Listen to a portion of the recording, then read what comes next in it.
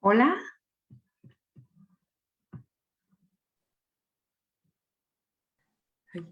Hola, buenas tardes, maestra hola, ¿cómo Miriam. estás? Aquí Bien, estoy perfecto. Entonces, bueno, ya son las 5 en sí, punto. Voy a hacer la presentación y ahorita comenzamos una, contigo. sí, una Bueno, preguntita, dime, Lourdes. ¿Será que puedo compartir una pantallita o no? sí. ¿Sí? En la parte de abajo te aparece la opción Sí, o, sí, a entonces ver. si quieres ir compartiéndola nada más. Sí, compartir pantalla, ¿verdad? Ok, pero ya en el momento que tú me digas, ¿no? Sí, Bueno, primero hago como la presentación. sí, sí, Eh, Todavía se siguen conectando personas. esperamos. Sí, Entonces, sí, esperamos unos 5 minutitos y sí, ahorita claro. comenzamos. ¿Sale? Muy bien, muchas gracias. De nada. Si quieres, Lulu, también está conectado el director, el maestro Luis, para que también le dé la bienvenida y le haga un agradecimiento a la doctora Miriam de estar aquí con nosotros, mientras podemos ir ocupando el tiempo en eso, en el que él también inaugura este ciclo de conferencias. Muy bien. Sí, perfecto. Bueno, entonces si quieren vamos comenzando. Bueno, como ustedes saben, el día de hoy comenzamos estas jornadas eh, en torno a el Día Internacional de la Mujer y la Niña en la Ciencia. Son las primeras jornadas que se realizan en la Facultad de Enfermería y bueno, para ello les quiero leer algunos detalles. Bueno, en cuestiones de la ciencia y la igualdad de género, pues es imprescindible reconocer que las mujeres históricamente han estado delegadas en este ámbito. Según datos de la ONU, cerca del 30% de los investigadores científicos en el mundo son mujeres. Es por ello que a partir del 2015 se conmemoró el 11 de febrero como el Día Internacional de la Mujer y la Niña en la Ciencia. Y en torno a este marco, la Facultad de Enfermería y Nutrición decidió realizar las primeras jornadas en torno a la temática, obviamente con el objetivo de fomentar la inclusión y el interés de sus estudiantes en el ámbito de la ciencia y la tecnología. Y bueno, el día de hoy contamos con la presencia de el director de la Facultad de Enfermería y Nutrición, el maestro Luis Antonio Martínez Gurrión, y también contamos con la presencia de la doctora Miriam Moramay, la doctora Jessica Rangel y Mónica Acevedo. Y bueno, en este momento le voy a ceder como el espacio al maestro Gurrión para que dé como inaugurada estas jornadas. Hola, buenas tardes, ¿sí? Y bienvenidos a la primera jornada de enfermería. Es importante ver y que este día 11 de febrero que vamos a festejar, para enfermería nos marca enormemente. ¿Por qué? ¿Sabían ustedes que en enfermería mucho tiempo fue dirigida por hombres y hombres médicos? Una vez enfermera. El año pasado, en el 2020, cumplimos 50 años de que tomó el mando de la dirección en la Facultad de Enfermería una enfermera. Entonces estamos también de mantener largos, que ahorita decíamos para los 50.000 años de ese cambio tan importante que hubo, ¿no? Y si ustedes ven la historia de la Facultad de Enfermería, pues tiene un rostro muy femenino, pero unas mujeres muy empoderadas, muy fortalecidas, que han luchado y han picado piedra, que en este momento nos permite a nosotros como facultad estar posicionados. ¿Sí? Y vemos, ya tenemos grandes investigadoras en enfermería, con enfoque de enfermería, con enfoque de género, que es importante porque mucho tiempo estuvimos a un lado, tuvimos otro rol, a tal grado que a nivel de profesiones, enfermería seguía siendo oficio a pesar que tuviéramos una licenciatura. Entonces, eso nos impacta que nosotros en la ciencia no hayamos entrado con esta fuerza que tenemos en los últimos años, ¿no? Y tenemos gente muy importante y muy preparada en la Facultad de Enfermería. Para muestra está la doctora Jessica Rangel, la maestra Mónica Sebo, la maestra Lulu Miranda, que están aquí presentes. Y bueno, yo reconozco la lucha que ha tenido la maestra, la doctora Jessica Rangel en cuanto a género. Veo cómo se apasiona, cómo le gusta esto. Y yo soy a favor de estos temas, a favor de que hay que visualizar. Quien está incursionando actualmente es la maestra Lulu Miranda, que creo que tiene una excelente mentora para llevarlo a cabo. Entonces, sí me emociona tener esta primera jornada, que es una jornada virtual que no tiene por qué limitarnos a estar haciendo esta distribución. sí me gustaría que la Facultad de Enfermería y Nutrición tuviera ese boom para el género, porque es el mejor ejemplo de un crecimiento y que si volteamos a aceptar a decir, todo esto es una historia que le ha costado a varias mujeres. No es trabajo de hombres, es trabajo de mujeres que han tenido esa característica y esa valentía de decir, tengo voz y voto y tengo una capacidad enorme de que esto funcione, ¿no? Entonces, con esto doy por iniciado las primeras jornadas en enfermería que va muy encaminado a festejar el 11 de febrero. Y le doy la bienvenida a la doctora Miriam Micalco Méndez por su ponencia que va a dar en ese momento, que es retos históricos que las mujeres y las niñas han enfrentado en el ámbito de la ciencia. Y yo creo que la Facultad de Enfermería va a tener mucho que identificarse aquí, porque, bueno, han sudado las compañeras, han sufrido, pero se han mantenido firmes en lo que quieren alcanzar y lo están alcanzando. Y yo creo que hay mucho camino que recorrer porque la mujer tiene un paso fuerte y un paso que hace ruido. Y eso hay que tenerlo bien presente. Bienvenida, maestra, doctora, y bienvenidos todos los asistentes. Estaré conectado para escuchar toda la ponencia. Vale, muchas gracias. Muchas gracias. Muchas gracias, maestro. Bueno, les voy a leer de forma breve una síntesis acerca de la doctora Miriam. Bueno, ella es ingeniera química por la Universidad Autónoma de San Luis Potosí, tiene una maestría en psicología de la educación por la Universidad de Barcelona y es doctora en ciencias por el IPN. Bueno, es estudiosa de etnomatemáticas, es socia fundadora de la Federación de Mujeres Universitarias en San Luis Potosí y del colectivo Río de Mujeres. Y bueno, el día de hoy va a impartir una conferencia sobre los retos que históricamente las mujeres y las niñas han enfrentado en el ámbito de la ciencia. Y bueno, las dejo con ella. Muchas gracias. Bien, pues primero que nada agradezco la invitación de la Facultad de Enfermería, a la doctora Jessica Rangel, al doctor Luis Antonio, por esta bienvenida tan cálida. Y bueno, aquí estoy para contribuir con un granito de arena. Ojalá que lo que vamos a conversar hoy pues sea motivo para abrir nuevos caminos y continuar construyendo juntas y juntos este gran ámbito de la ciencia que ha sido construido desde hace siglos, sino que milenios, por hombres y mujeres. Entonces, bueno, me voy a compartir una pantalla para poder irles mostrando algunas imágenes.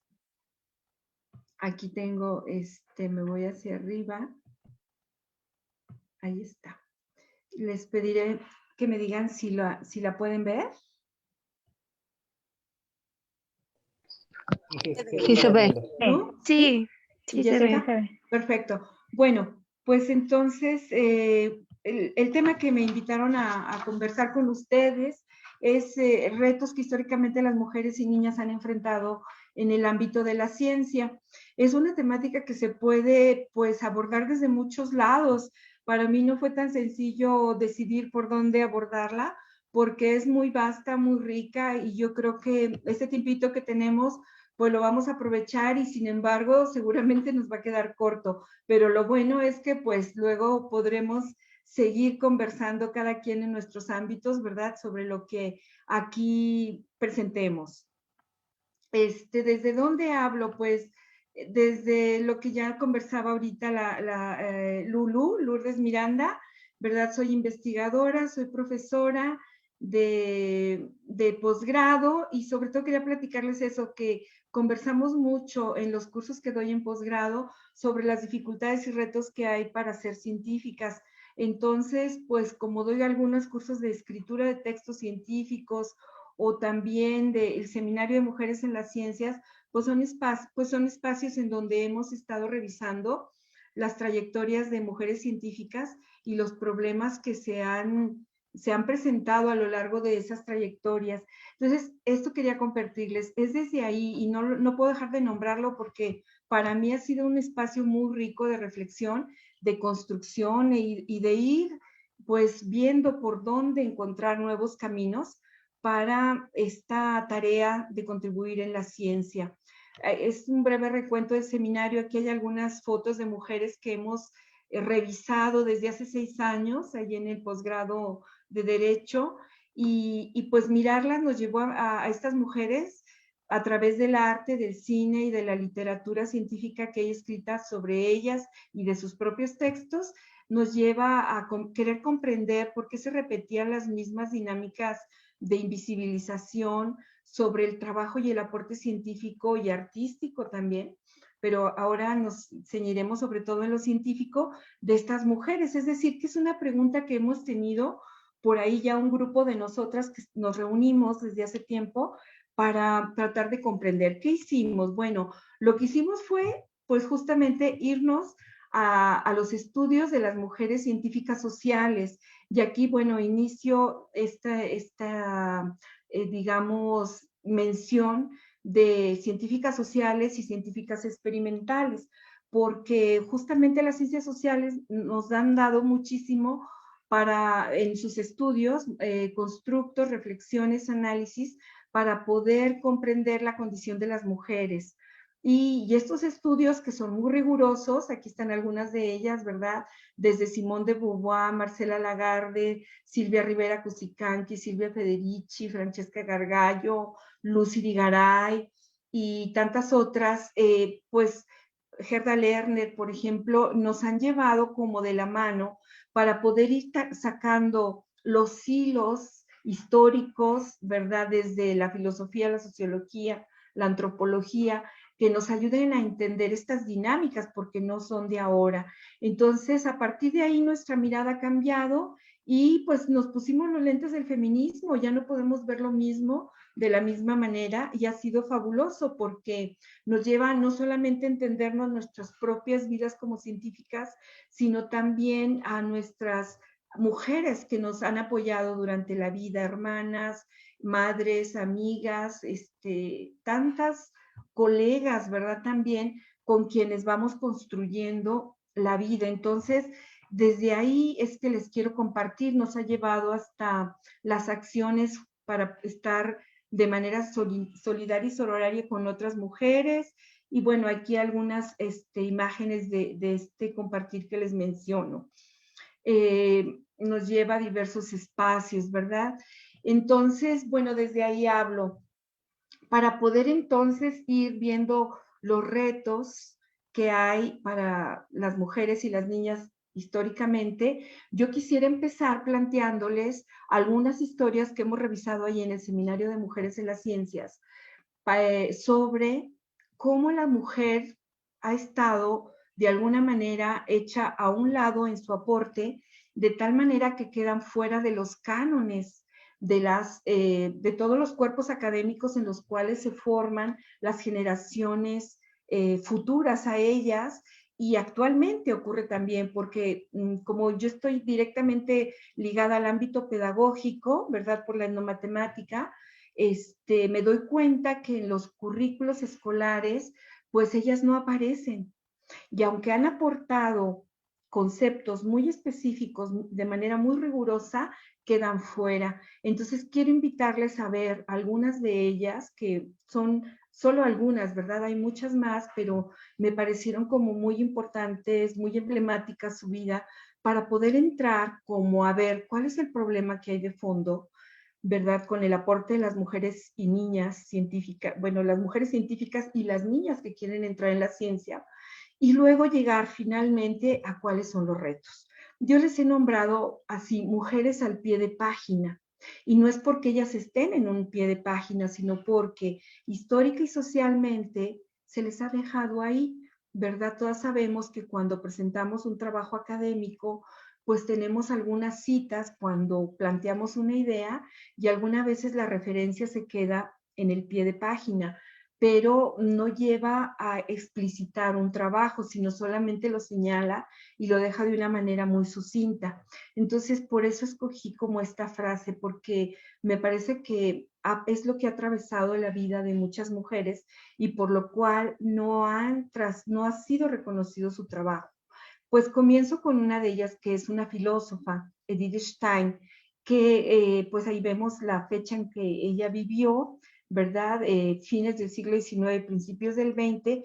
Me llama mucho la atención porque ella contribuyó en la construcción de la fenomenología, es decir, la fenomenología fue una respuesta al gran debate científico que se suscitó en el siglo XIX acerca de que si las nacientes ciencias sociales como economía, sociología, psicología, antropología, eran ciencias o no, ¿verdad? Porque un siglo atrás se había establecido como método científico la visión positivista de Comte, ¿verdad? En el cual solo lo visible, tangible y medible puede ser considerado científico. Entonces, cuando empiezan a suscitarse a raíz de todos los eventos de la revolución industrial y todos los problemas que eso planteó el siglo XIX, estas nuevas formas de leer y comprender la realidad, se vino esa gran cuestión.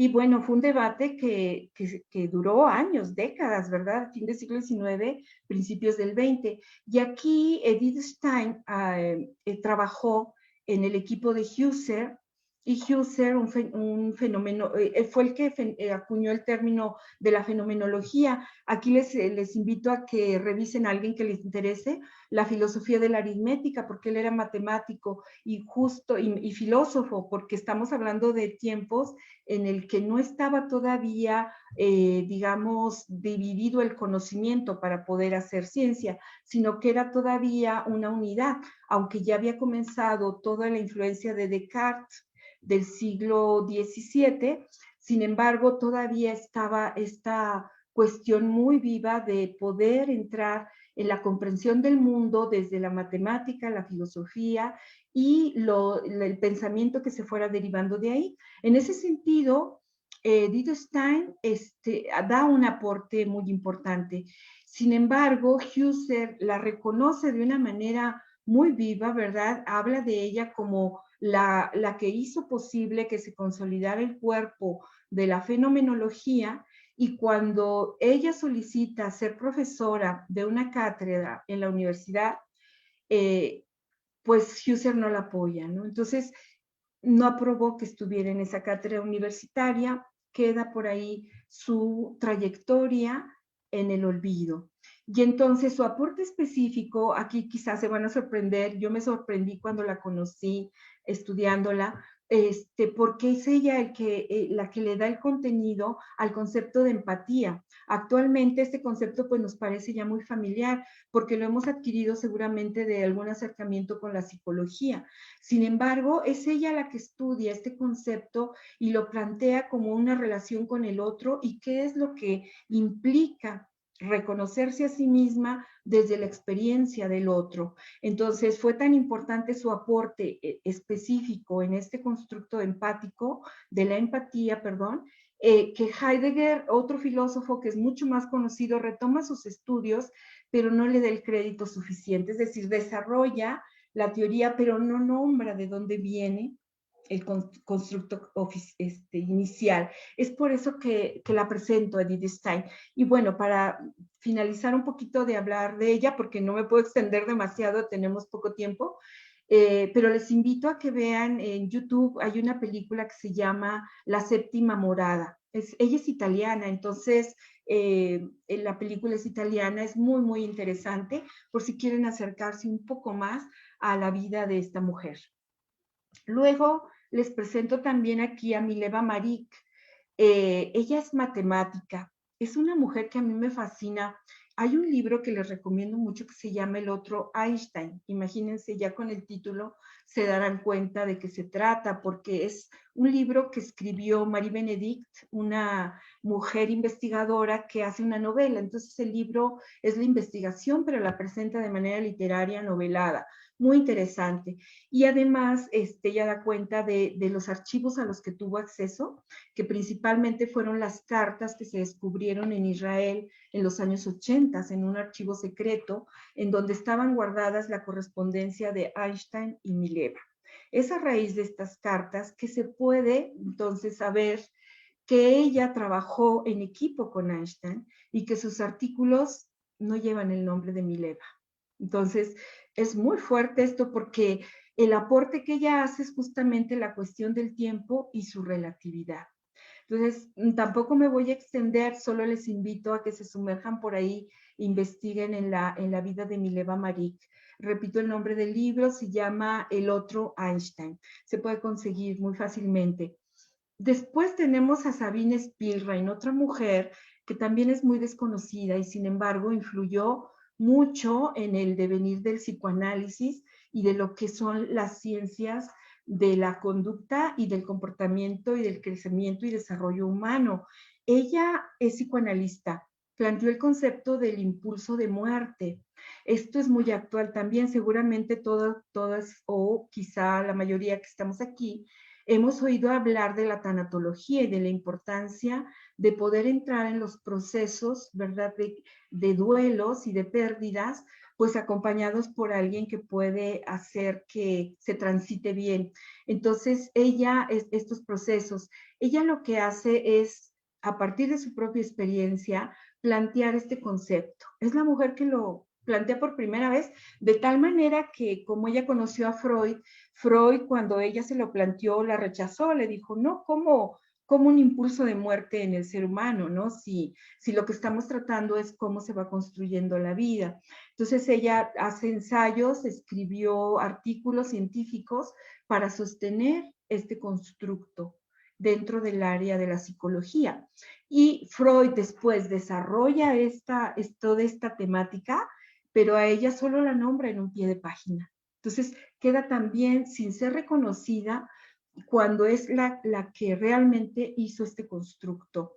Entonces, además, como ella quiso dedicarse a niñas y niños, pues hay mucha contribución. Ella era rusa, en Rusia abre una escuela pedagógica muy similar a la de María Montessori, que sin conocerse, pues van confluyendo en que lo importante es acompañar los procesos de desarrollo en lo educativo, no solo dotar de conocimiento, sino más bien apoyar el desarrollo a partir de un proceso de aprendizaje atravesado por el conocimiento, que es muy diferente. Entonces, son pioneras estas mujeres en este ámbito también pedagógico. Les invito a que ella la puedan conocer también. Hay 2 películas.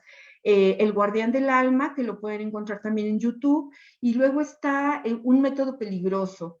No hablo de las películas porque nos llevaría bastante, pero ustedes mismas sacarán sus conclusiones. Son 2 películas muy distintas de la vida de Sabine Spielrein. Y bueno, luego quiero presentarles a Ada Lovelace, que es una matemática, siglo XIX, principios, que fue la primera programadora. Su maestro, Charles Babbage, le puso unos retos porque él mismo estaba haciendo una máquina registradora y tuvo muchos problemas en el momento de construirla. Como él era un maestro de ella, le planteó la problemática y Ada Lovelace lo resolvió la problemática de la máquina registradora de Babbage haciendo un programa. Y en ese sentido, pues ella es la programadora. Ella fue reconocida hasta la década de los 70s porque recordarán que por ahí en Estados Unidos se le dio el nombre de un lenguaje de programación, el lenguaje ADA, pues para reconocerle que ella había sido la primera programadora, pero pasaron por lo menos siglo y medio para que pudiera estar realmente como una mujer que aportó el primer programa en el ámbito científico. Luego, no quiero dejar de mencionarles, voy de adelante hacia atrás, ¿verdad? Hildegard de Bingen, filósofa, bióloga, terapeuta, teóloga. Ella todavía está en la Edad Media. En 1098, 1165 vivió. Ella es muy fascinante por su vida porque es como tantas mujeres científicas, ¿verdad? O tantas mujeres de conocimiento que quieren desarrollar todo su ser y toda su plenitud, pero pues van al convento para poder hacerlo. Tenemos a Sor Juana, que también es otra científica, que además fue historiadora de las ciencias, porque ella tenía una biblioteca muy grande y escribió ensayos sobre las mujeres científicas de la antigüedad, y por eso también conocemos a esas otras mujeres. Pues Hildegarda también estaba, digamos que como mística, científica y teóloga. Aquí la retomo como mujer de ciencia porque escribió varias obras dentro de la biología, dentro de lo que es la medicina. Después es compositora musical, escribió también filosofía y teología.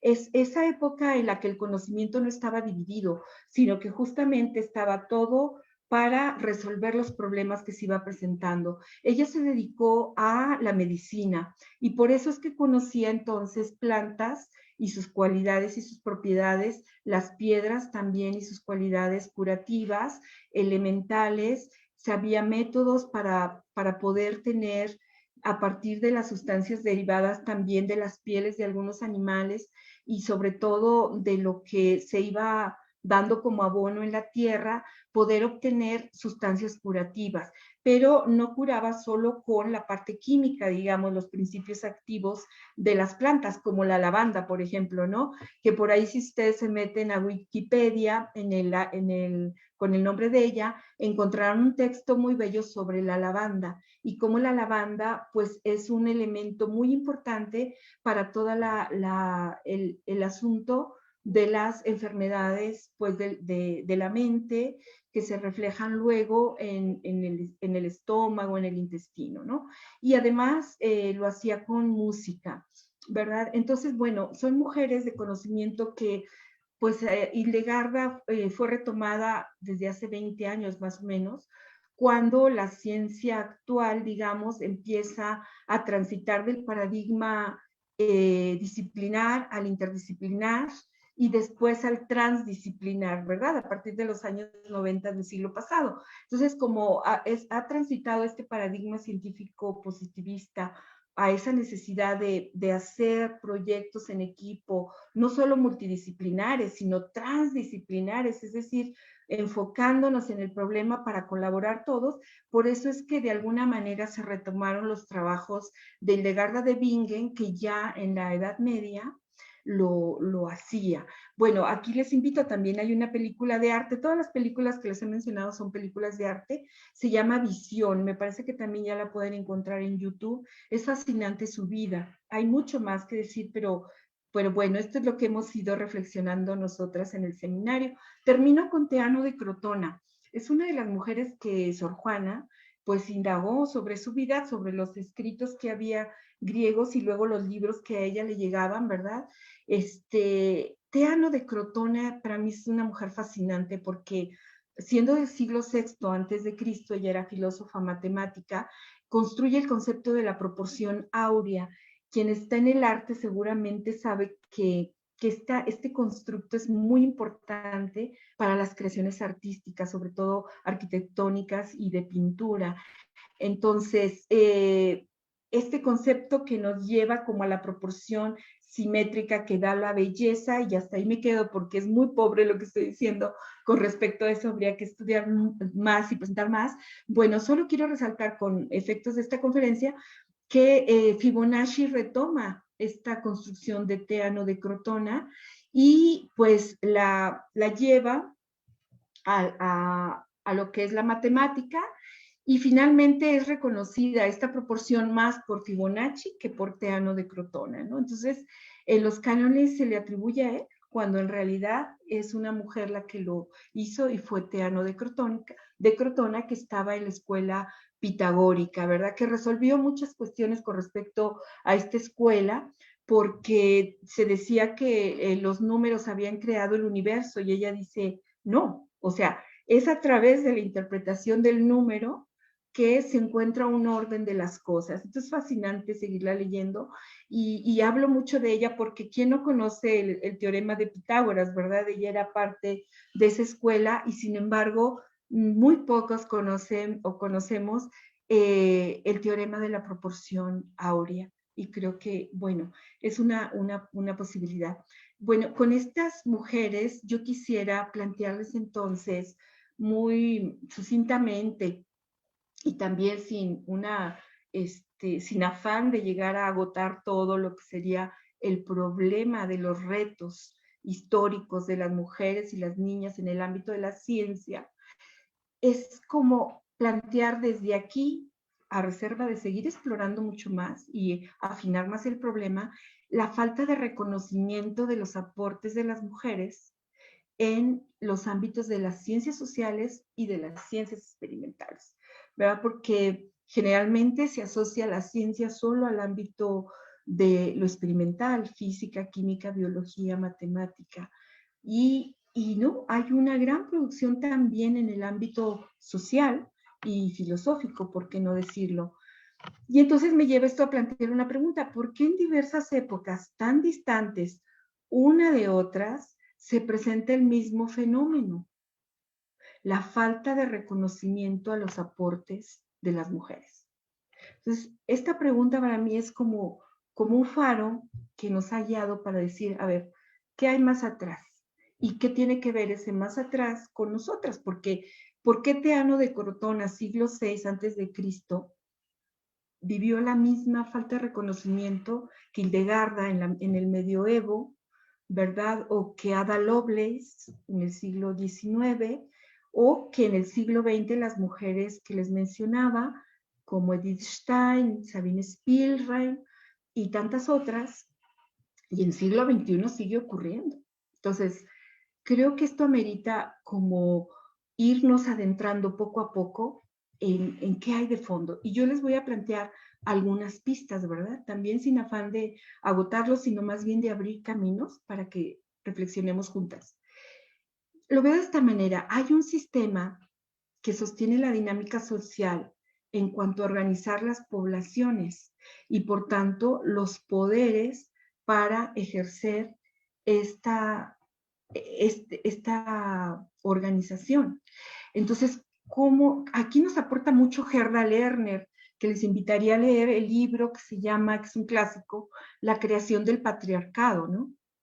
Ella estuvo 12 años indagando documentos, esculturas, se fue a los registros más antiguos para saber cómo estuvo esto de la creación del patriarcado, porque justamente hay un sistema patriarcal que viene, ella lo plantea desde hace 5.000 años, o sea, en el 3000 antes de Cristo, empieza a emerger, y el sistema patriarcal va generando una sociedad patriarcalizada.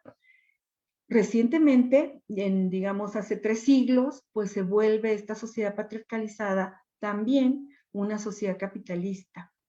Y en este siglo XXI vemos que tenemos a tope la sociedad consumista, no se diga con las redes sociales actuales, que son mucho más recientes, ¿verdad? Una década máximo, ¿no? Entonces, bueno, sin embargo, el sistema sigue estando ahí, patriarcal, capitalista, patriarcalizando y haciendo una sociedad consumista. Me parece que por ahí va el asunto de la falta de reconocimiento y les voy a plantear por qué. Brevemente diría que el patriarcado, hay relaciones, o sea, en el patriarcado, perdón, tenemos relaciones verticales en las que hay una preponderancia del varón, lo que deriva en una repartición de tareas, tanto en lo cotidiano, en lo social, en la vida pública, en la privada, en donde son tareas diferenciadas que se han normalizado y estereotipado, no solo por siglos, sino por milenios. Entonces, ha derivado en algunas ideas, ¿verdad?, en las que pues ubica a la mujer que debe estar en la casa, en el ámbito privado, y el varón en el ámbito público. Aquí el asunto es que para que se sostenga este sistema, pues hay mandatos, ¿verdad? Estos mandatos tienen que ver con, voy a poner solo 2, pero hay más: el hombre es fuerte, puede y sabe más, ¿verdad? Y hay un mandato capitalista, o sea, la mujer es un objeto de consumo de lo que hay que servirse.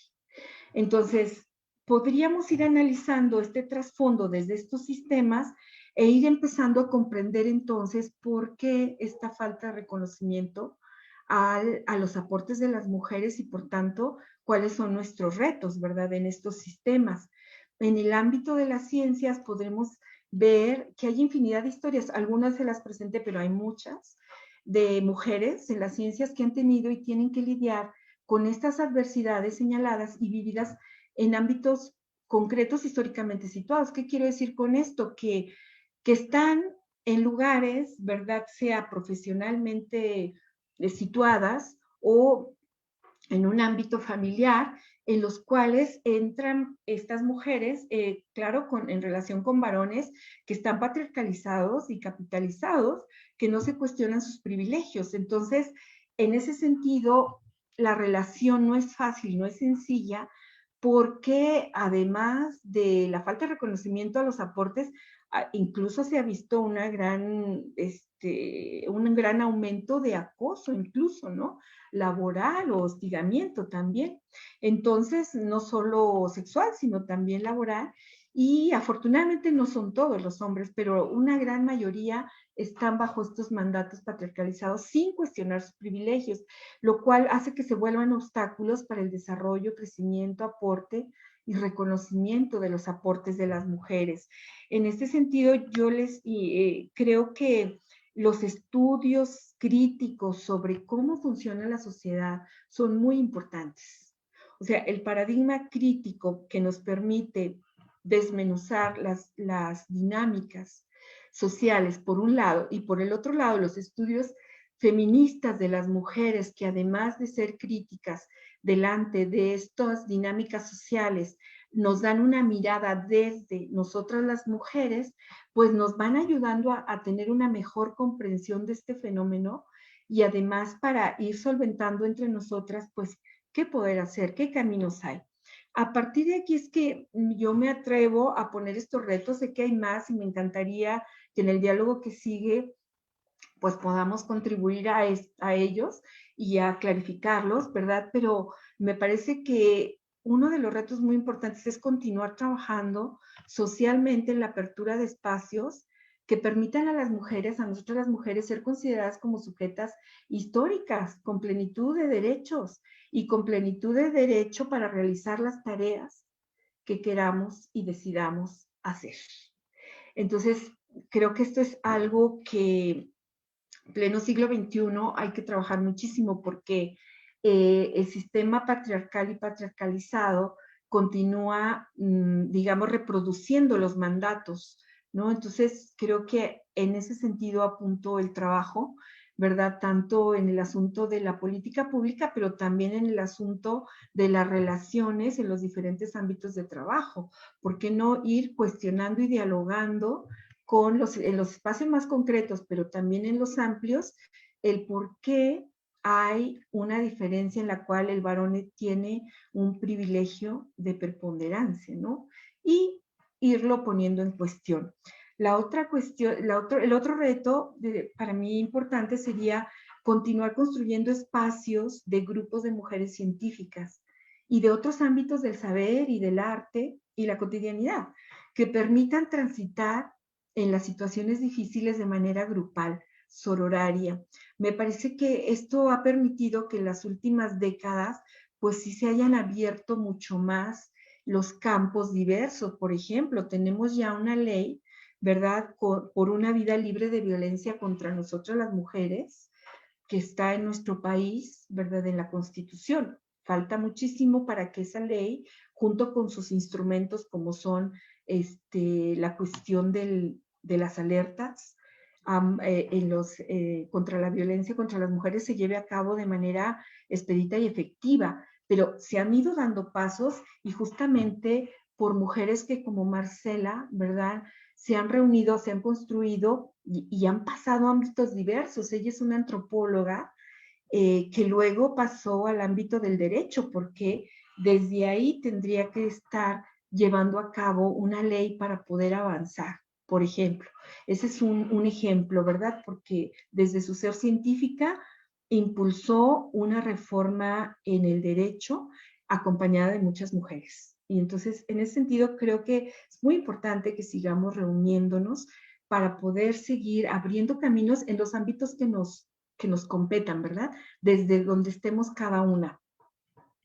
Por otro lado, me parece que también en los espacios personales un reto sería continuar con esos procesos de desarrollo y crecimiento y tomar las oportunidades para hacernos de un bagaje crítico que permita conocer la dinámica social de manera que nosotras como mujeres vayamos construyendo juntas cada vez más una lucidez, así le llamo yo, al asunto del pensamiento crítico, ¿verdad? Que me permite revisarme críticamente, pero revisar también los procesos que vivo en la sociedad y con los ámbitos familiares, sociales, de trabajo, como país, sobre esas dinámicas que actualmente rigen la ciencia, ¿verdad?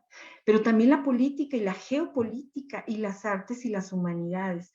Y en este sentido me parece que si vamos construyendo como ese deseo de comprender con lucidez lo que está ocurriendo en los momentos históricos que transitamos, podemos saber cómo tomar mejores decisiones juntas para que entonces los caminos se vayan abriendo no solo para una en lo personal, sino en colectivo. Por ejemplo, ahorita estamos en una pandemia. Entonces, hay unas propuestas que vienen de un ámbito que es científico, ¿verdad? Ante esto, pero si no tenemos en cuenta lo geopolítico, no podemos tener una mirada crítica sobre esas propuestas de la ciencia, porque hay poderes detrás de ellas, ¿verdad? El poder económico de las farmacéuticas, ¿verdad? Hay falta de información. El hecho de la vacunación es muy confuso, entonces me parece que tendremos que ir investigando y viendo qué es lo que está pasando porque está en juego nuestros cuerpos, ¿verdad?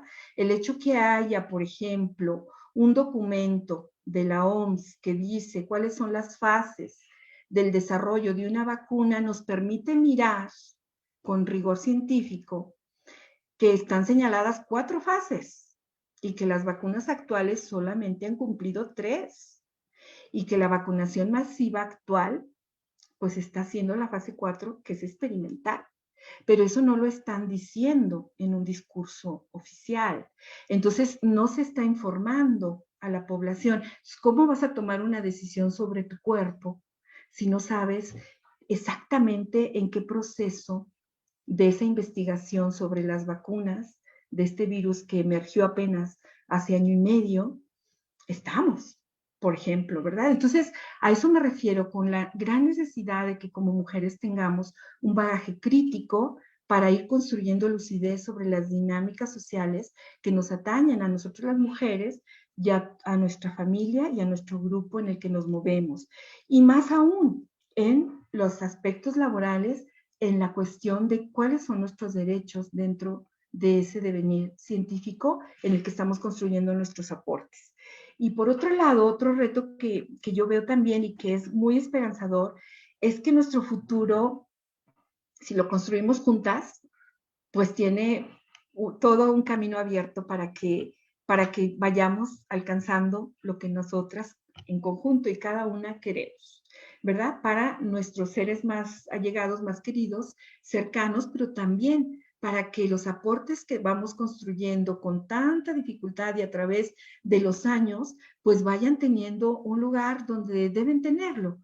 Entonces, yo creo que lo esperanzador está ahí, en que si lo hacemos juntas y reconocemos que también hay aliados, compañeros que también hacen su trabajo de deconstrucción personal y social, pues hay una gran esperanza. Y por último, ¿qué les diría a las jóvenes y niñas?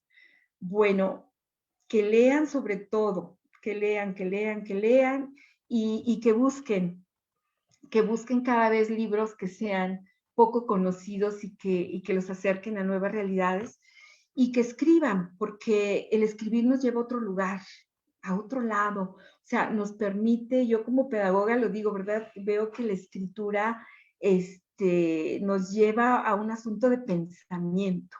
Y esto es lo que nos permite ir construyendo pues nuevas formas de vida, nuevos aportes, ¿verdad? Y yo creo que si desde pequeñitas las niñas y nosotras, las jóvenes y nosotras las adultas, seguimos leyendo y escribiendo, pues entonces podemos ir, cuando nos juntemos, ¿verdad?, confabular nuevos mundos y modos desde esas construcciones de pensamiento, desde la conversación y la organización. Pienso ahorita sobre todo en las niñas, ¿no?, en esta última parte, porque pues ahora sí que el sistema patriarcal y capitalista está ahí. pero las dinámicas de las mujeres que nos precedieron, que vimos ahorita algunas de ellas, y las mujeres que nos han apoyado, a quienes estamos en este espacio ahorita, y nosotras mismas como apoyadoras de otras, creo que somos de alguna manera quienes podemos compartir una vida diferente para estas niñas, para que logren ir decidiendo su futuro desde lo que más les mueve en su ser, para que den aportes hasta donde ellas lo decidan y que sean reconocidos, y pues ir abriendo estos caminos en el día a día y juntas. Ahora sí que me acuerdo ahorita mucho de Marcela Lagarde, que me dijo un día, pues yo lo que te digo es que hay que juntarnos las que pensamos igual. Y entonces digo, pues sí, cierto, me quiero juntar contigo. Así es que bueno, con esto termino.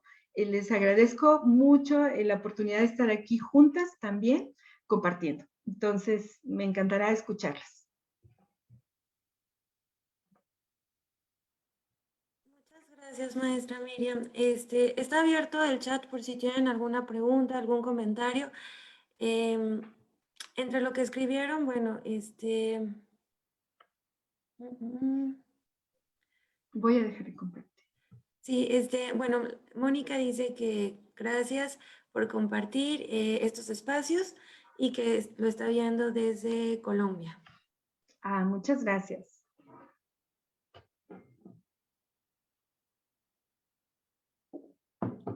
Yo quisiera comentar, ¿sí? Bueno, antes que nada, Miriam, muchísimas gracias por haber aceptado nuestra invitación. Siempre te aprendo muchísimo y siempre me dejas muchos aprendizajes, pero sobre todo nuevas interrogantes, ¿no? Sí, muchas gracias. Yo quisiera saber cuál es tu postura respecto a lo siguiente. Yo he pensado en los últimos tiempos que meternos al ámbito de la ciencia para muchas de mis compañeras y mis colegas ha implicado una especie de masculinización, ¿no? Una especie de renunciar a, por ejemplo, a algo tan humano y algo tan ético como es cuidar de los demás, ¿no? ¿Cuántas veces no nos llega a resultar vergonzoso que salga nuestro bebé llorando, tener que decir mi hija está enferma? O sea, lo sentimos como que eso nos quita muchísima legitimidad como académicas y como científicas, ¿no? Claro. En tanto, yo veo que mis compañeros varones, cuando dicen es que mi hija está enferma o es que no tengo, mi esposa no se puede quedar con el bebé, o sea, es todo les aplaudimos, ¿no? ¡Wow! Es un hombre deconstruido, nuevas masculinidades.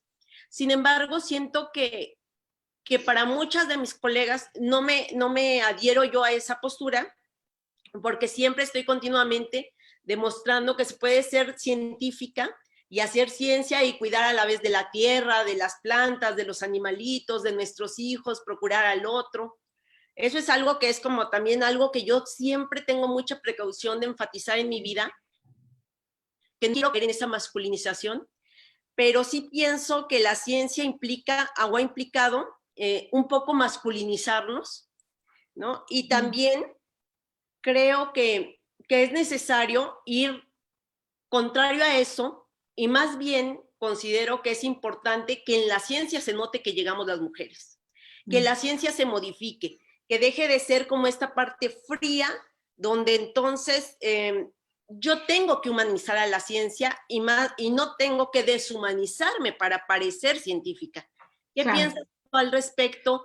Sí. Y si tú te has hecho ese tipo de reflexiones, Miriam. Sí, cómo no. No, pues yo estoy totalmente de acuerdo contigo. De hecho, me he hecho esas preguntas también con respecto al cuidado, porque lo que yo he encontrado también, yo también soy así muy cuidadosa de estar con mis plantas, de estar como con los espacios, ¿verdad? Propios, personales, para no descuidar ese aspecto del cuidado, que yo pienso que ahí es donde la estructura es bien difícil, porque la estructura institucional ha institucionalizado el que la mujer científica tenga un discurso dominante. Porque como la estructura es de dominio, o sea, el patriarcado es la estructura de dominio, es la verticalización. Y esto puede ser llevado también por una mujer. Es decir, la mujer que se pone arriba para poder establecer relaciones de dominio con sus colegas o con los que están a su cargo, está patriarcalizada, ¿verdad?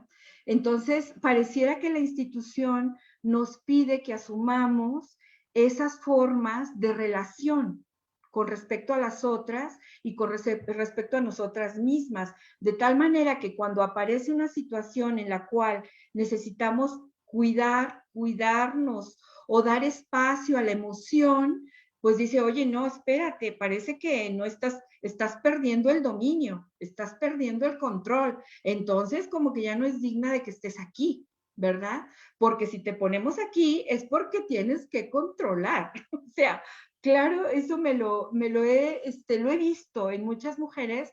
Yo me he cuidado de eso porque como lo veo y me he sentido en algunas ocasiones, en algunos espacios, que he tenido alguna situación de encargos, por no llamarle cargos, sino encargos, he sentido como que de quien está, digamos, es responsable de ese encargo mío, como una exigencia de que yo tome una actitud de control y de dominio con respecto a los demás. Y como ha sido tal mi resistencia, entonces es muy difícil, porque entonces viene la tensión, ¿verdad? Incluso me ha pasado esto con mujeres, o sea, que quienes están, digamos, a cargo de mi responsabilidad, pues son mujeres, pero piden que yo haga digamos, un desempeño laboral en la parte científica de esa manera.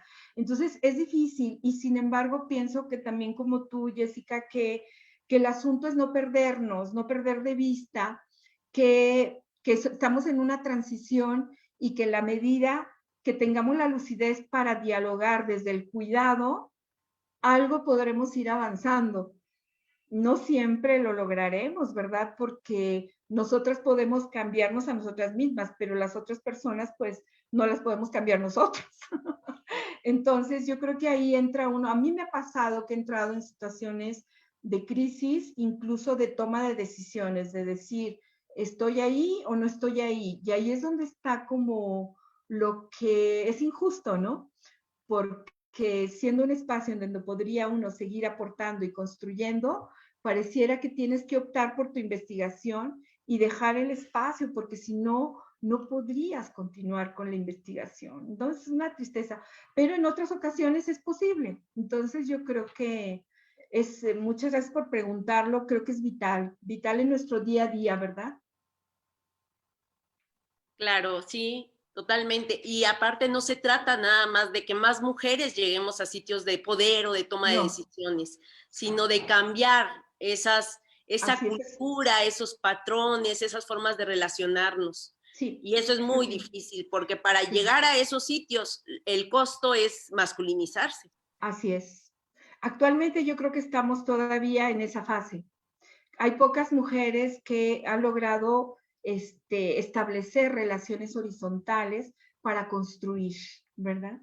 Y sin embargo es posible. En mi caso, por ejemplo, mi experiencia con el seminario de mujeres para mí ha sido muy enriquecedora porque decía en alguna otra ocasión, es que tenemos la mesa ovalada como símbolo porque estamos construyéndonos ahí. Y desde ahí podemos, yo creo que estos espacios que no están dentro de lo laboral directamente, pero que son espacios creados por nosotras mismas, nos permiten reflexionarnos desde esas dinámicas que vivimos patriarcalizadas para luego ir construyendo en esos espacios nuevas formas de relación, ¿verdad? Es el sostén. Para mí el sostén somos nosotras mismas. Totalmente, gracias. Uh-huh. ¿Alguna otra pregunta que tenga? Uh-huh. Gracias a ti, Jessica. Yo también quiero aprovechar el espacio para saber tu opinión. ¿Qué pasa cuando nos enfrentamos a un sistema y el Sistema Nacional de Investigadores, que las profesoras y profesores que nos acompañan y a lo mejor los alumnos no tanto han de saber sobre el tema, pero donde hay una sobreexigencia precisamente a masculinizarte, sí, en donde no se evidencia como estos otros espacios que también compartimos y que nos hacen humanos y humanas? Hace unos meses leía la ratificación que hicieron al Sistema Nacional de Investigadores, a los SNI, en donde la mayoría eran hombres y donde no se toman en consideración estas otras actividades Y todo va en base a cuántas publicaciones tienes, todo va en base a tener cierto tipo de registro, tener cierta cantidad de clases. ¿Qué hacer frente a eso?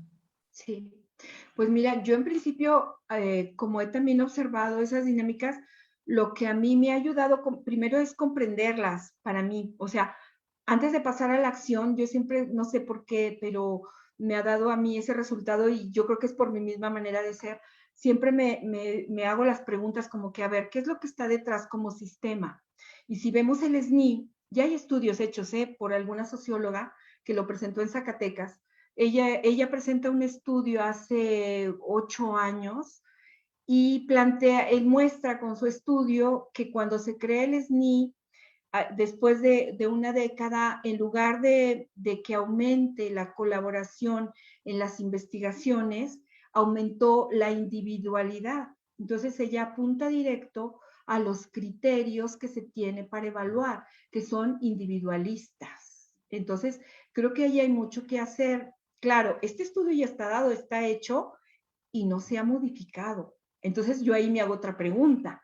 Si ya está el estudio hecho y ya se les informó y se ve que se atomizó la investigación en México, en lugar de fortalecer los equipos transdisciplinares, que es hacia donde apuntaba por la política internacional, entonces, ¿qué está pasando? Pues que ha cambiado la política internacional, justamente. Entonces, el asunto es que ha venido un embate desde hace aproximadamente 8 años, bueno, 2012, ¿verdad? Un poquito antes, en el cual la política educativa y de investigación en México se define a partir de criterios únicamente internacionales, ¿sabes?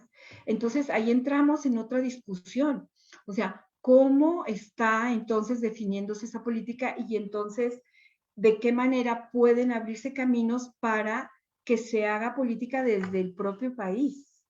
Y esto es algo, pues, es un momento histórico muy importante en el que estamos viviendo, porque no solo somos nosotros como país México, lo mismo pasa, las colegas que tengo en Sudamérica me lo dicen, ¿verdad? Perú, Chile, Argentina, Ecuador, Panamá, o sea, todo lo que es América Latina, que me queda un poco más cerca por los colegas de allá y las colegas, pues es exactamente la misma reforma.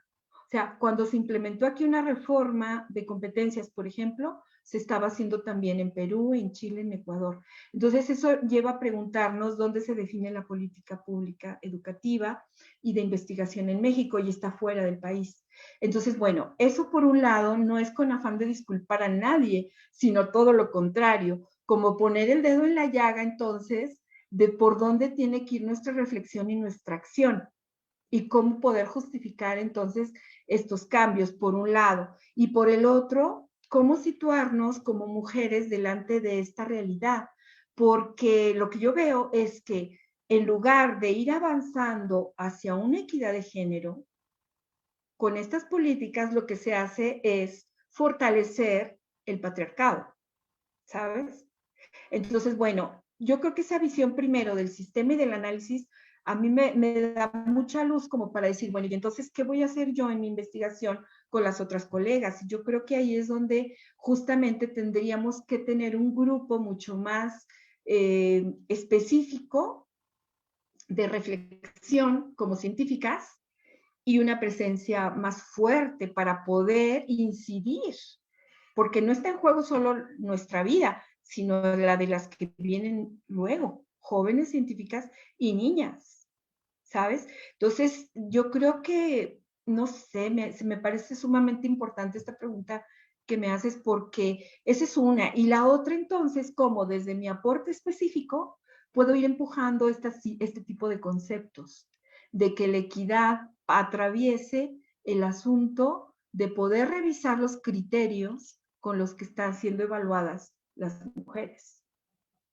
Porque esto lo que haríamos sería evidenciar que el sistema, aunque tiene un discurso de equidad de género, pues no lo está llevando a cabo. Y ahí tendrían que hacer cambios, ¿verdad? Pues es eso, ¿no? Pero no está fácil, ¿verdad? Pero es posible. Sí. Muchas gracias. No sé si haya alguna otra pregunta.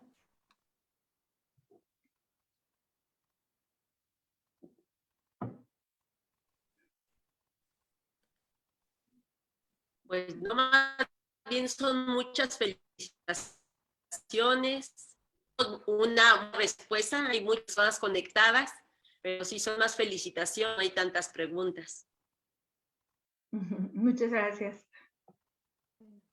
Entonces, le voy a dar el espacio al maestro Luis Antonio para que te haga entrega de tu constancia virtual. Muchas gracias.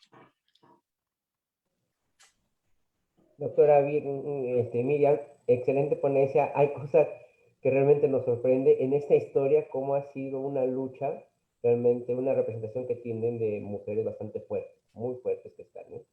Entonces, un ejemplo a seguir, es que nada más que, ¿me permiten habilitar, compartir la pantalla para dar Sí.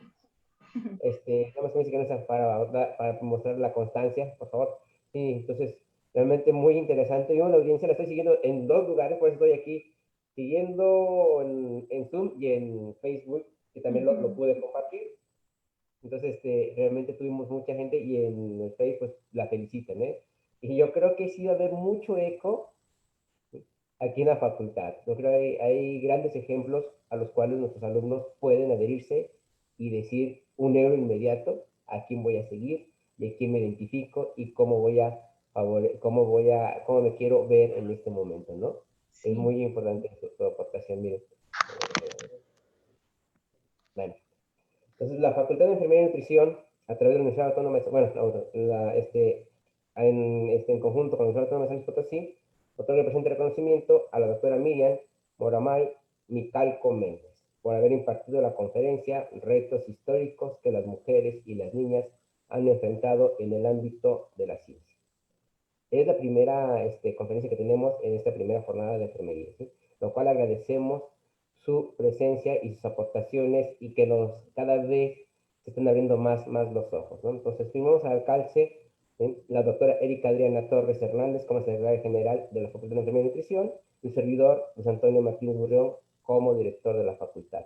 Muchísimas gracias por esta conferencia. Muchas gracias. Y yo creo que nos deja todos pensando cómo podemos aportar para que las mujeres y las niñas tengan esas grandes oportunidades y se abra un poco más la ciencia. Muchísimas gracias. Muchas gracias. Muchas gracias a usted. Muchas gracias, Miriam. Muchas gracias, Luis, nuestro director, por tener la iniciativa, porque fue de él la iniciativa de estas primeras jornadas. Entonces, muchas gracias, Luis. Ojalá y seguimos fortaleciendo. Necesitamos aliados también. Sí. Y ir desarrollando una conciencia de género va a potenciar incluso la dinámica institucional, ¿no?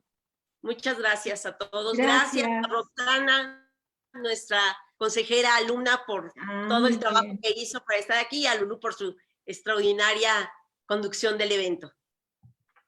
Pues muchas gracias a todas y todos. Gracias, Jessica, de nuevo. Gracias por la invitación. Un beso a todas.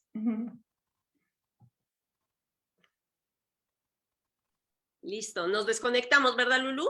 Sí. Ya, sería todo. Muchísimas gracias. Muchas gracias a todas. A Colombia, Aguascalientes, estoy viendo aquí. Sí, gracias. Gracias, abrazos, gracias por la invitación. Ay, Moni, ahí estás, Moni, gracias. Un beso, hasta Colombia. Listo, abrazos, chao. Gracias, abrazos, Moni. Bye. Bye.